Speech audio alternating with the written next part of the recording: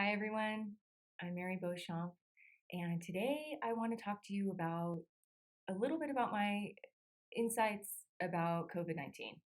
So, I'm getting ready to head back to the US. I've been in Mexico for 6 months, and I can tell you that deals with this virus in a very different way. So, it's been interesting to see how different countries manage people and behaviors and viruses. um, so it's been a really interesting experience to be here. And now that I'm going back to the US, um, I've just been thinking a lot about our immune system, my immune system, and how I can protect myself and also help others protect themselves if you just are aware of some of the science behind really what's going on with this virus, which is not necessarily what we see in the media. So what I'm what I want to share with you is that we already know that complications from COVID-19 are exponentially increased if you are metabolically unhealthy. Okay, this is a metabolic disease. This is a disease, an infection that is far more detrimental and deadly if you have a coexisting, pre existing condition that is affecting your metabolism. Okay, so we already know that.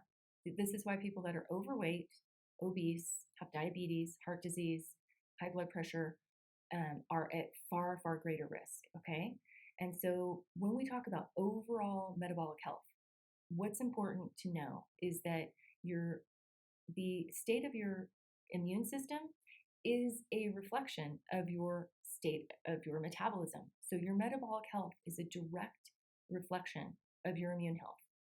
Okay. And this is also goes for people that are not metabolically healthy, particularly overweight people who, I say overweight because that's sort of the most obvious thing that you would see as a symptom, right? But you can be metabolically unhealthy by any number of things going on, mainly your elevated blood sugar levels, elevated fasting insulin levels are another really great indicator as to your metabolic health. So, uh, and some of the studies I'm going to list down below in PDFs. These are medical studies that are not new, but they also cite that people with that are overweight, they do not respond well to influenza vaccinations. So if you are one of those people that is sequestering yourself away from other people, you're isolating, you're wearing your mask, you're not visiting with friends, you're doing all those things, and maybe you know that you have some underlying health conditions, maybe you're a little bit overweight, maybe you're on medications, whatever, and you're sort of waiting for this vaccine because to feel like you're safe to come out and start living life again. What these studies down below are suggesting is that those that are metabolically compromised actually don't respond well to vaccines, and historically they don't respond well to the influenza vaccine. So I just want to caution you, if you're waiting for the vaccine to feel like you can be at ease, that really the question that we should be asking ourselves is, how can I become metabolically healthy so that I don't have to live in fear anymore? Okay, that is really what I want to put out there as a possibility, because I know that it's possible to turn around your metabolism, to turn around your health, and to reverse diseases that are rooted in metabolic dysfunction. So, which is rooted in impaired glucose metabolism. Okay, so I've been talking about this for years and years. And the ketogenic diet or a low carb diet is sort of the most direct, fastest route to creating metabolic balance and blood sugar balance and metabolic flexibility, which equates to metabolic resilience, immune resilience, okay? Resilience to viruses and bacteria and pathogens. So, what we really want to be thinking is not how can I stay away from my friends and family and isolate myself and wait for this vaccine, but the conversation that we need to be having is, how can I become metabolically healthy and fit and flexible and resilient? Okay. And so, what I want to leave you with is that you can do that. And the first thing you have to do is start becoming mindful of your carbohydrate intake. Okay. That's first and foremost. And secondly, you have to make sure that when you reduce your carbohydrate intake, that you're increasing your healthy fat intake.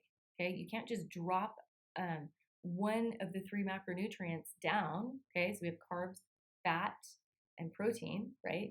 You can't just take one of those away and not increase the other two. That it doesn't work. Otherwise, you're not eating enough. We call that a restricted calorie diet, and that's not sustainable over time to reduce your calories. Okay, so you will probably lose weight doing that, but it's very metabolically unhealthy, and your metabolism will eventually slow down, and we don't want that. Okay, that creates a lot more problems. So you want to increase your healthy fats at the same time bringing down your carbohydrate intake. And that would look like increased saturated animal fats. Okay, I cannot stress enough how important it is that you avoid any processed seed oils, vegetable oils, canola oil, peanut oil, soybean oil. Any of those processed vegetable oils are very, very toxic. They're highly oxidative, and they cause you to gain weight.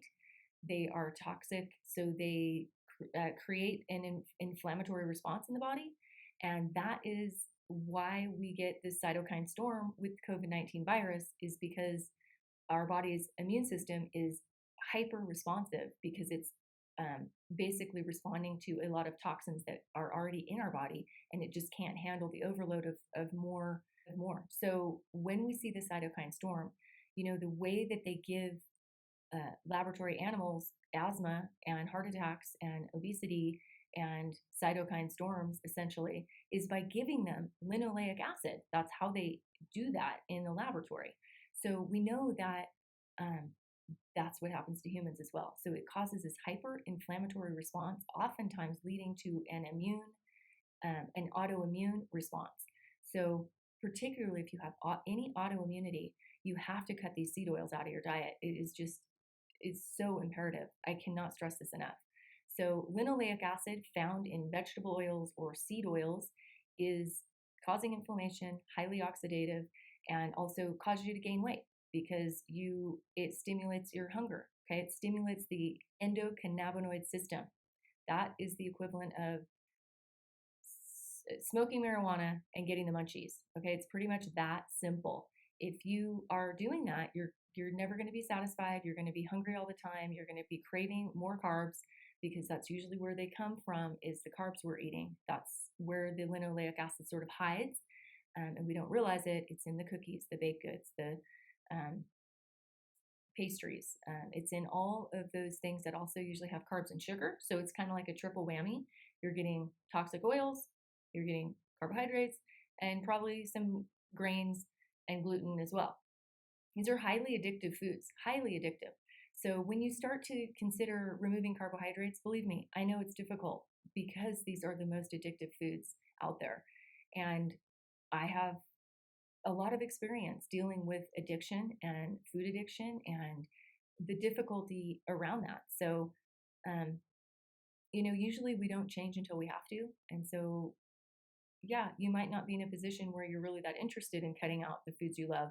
And that's okay. I'm not necessarily talking to you in this video. But if you do want to start to regain and repair your metabolism, your metabolic function, first and foremost, cut out sugars, drastically reduce your carbohydrate intake. Okay, get that blood sugar balanced.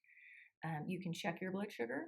You can have your doctor check your blood sugar. I would highly recommend you ask for a fasting insulin test. Super simple. Most doctors will not order this, but it's very easy to do. And this will give you a really good idea of your overall blood sugar health and balance over a period of time. So just an invaluable test to do. Or you can get a blood sugar monitor and test your own blood sugar. I highly recommend you do that as well. Most normal blood sugar should be between 80 and 100. Okay, should never be over 100, whether you're fasting or not. So first thing in the morning for sure, it should not be near 100. Be really mindful of how much carbohydrate you're putting in. Second, when it comes to metabolic health, you've got to get rid of the seed oils. Okay, these are the canola, corn oil, peanut oil, soybean oil.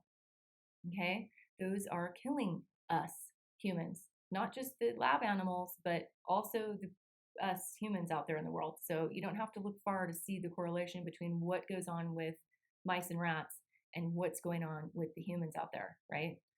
So these are things that we've kind of been brainwashed to believe are good for us, right? If you want to reduce your cholesterol, reduce your chances of getting heart disease, you want to eat uh, polyunsaturated fatty acids, right? Well, wrong. That is absolutely not scientifically true.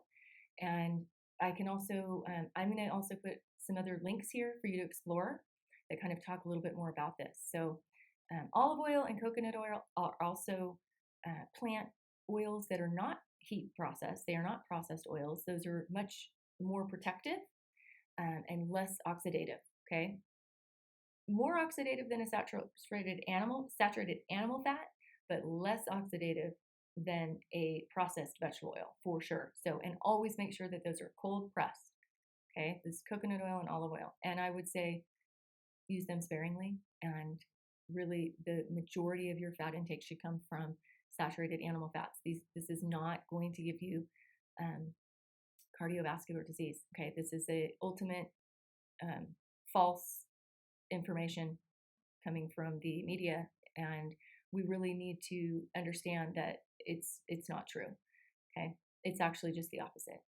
So if you want to protect your heart, protect your brain, your nervous system, and your immune system, okay, you've got to eat more healthy animal fats and less plant fats. Period. Okay, thanks for watching this video.